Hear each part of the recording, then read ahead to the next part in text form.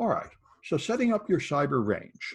You'll find here the document I showed briefly earlier. So you need two machines. You need a Windows machine and a Linux machine. Now, the simplest way to do this is to use Google Cloud for everything, which is why I sent that to people in the introductory email. You go into Google Cloud, which will look like this, cloud.google.com. All you need is a Gmail address, and then you connect it to a credit card or a bank account, which will not be charged for Linux servers, and you can just create Linux servers here.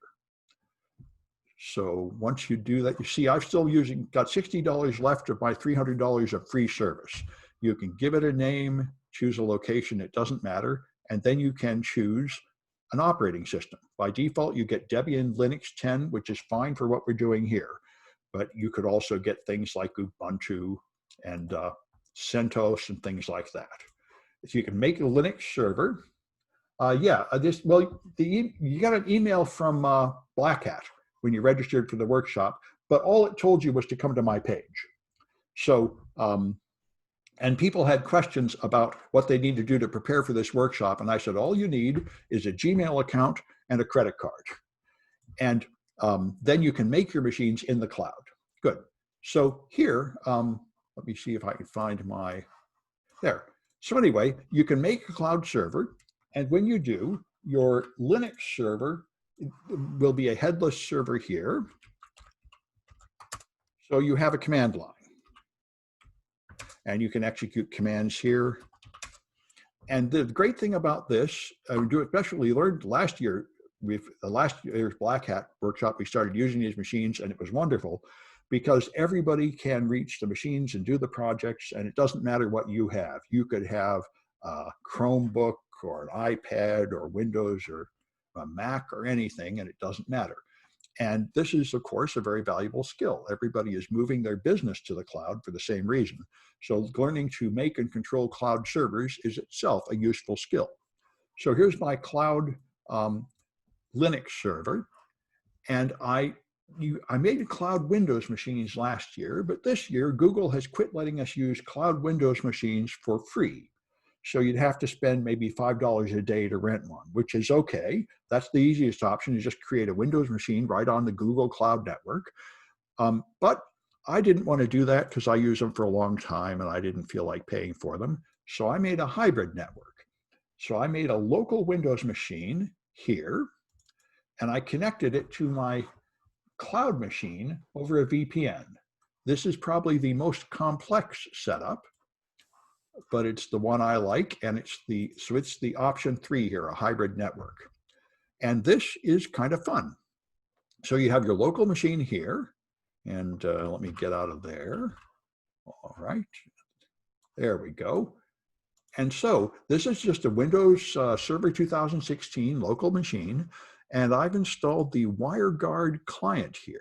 WireGuard is a new, very popular VPN solution, and you can easily install it on your Linux machine. So this is project H240 that shows you how to do that. So notice these numbers, H201, ED290, and H240. These are, the one I'm talking about now is this one, WireGuard. This shows you the commands to install the WireGuard server on your cloud machine. And when you do, your server is going to have a private key and a public key. And the client also has a private key and a public key, so it's really very secure.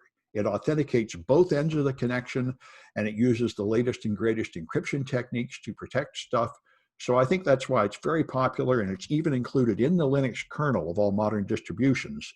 WireGuard is the new, very popular setup. So you make a Windows client, and you just put in the public key of your cloud server, and you get a private and public key of your Windows machine, and you put that in a configuration file on your server to allow that machine to connect. And then you can so now, if I go to my Windows machine, you can see it is active. So if I open up a command line and do ipconfig, I see an interface here called Google Cloud. And that gives me an address of 192.168.104.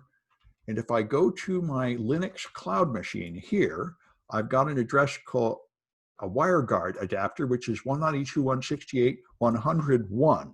So I can ping my Windows machine here, and I can ping the other way too. I can ping my Linux machine with 192.168.101. So this is very nice. Even though this machine here is in my home network behind network address translation and a commercial ISP, it is one hop away from my Linux server. They're effectively on the same subnet. Maybe you want to call that 0 hops away. So I can send traffic from one to the other, and then I can practice these attacks. So you need to set up a cyber range of this sort. And so I think I'm just going to pause and let people work a bit. You should work on these things, and we'll see how people do before we introduce the next topic here. I'm going to stop this recording.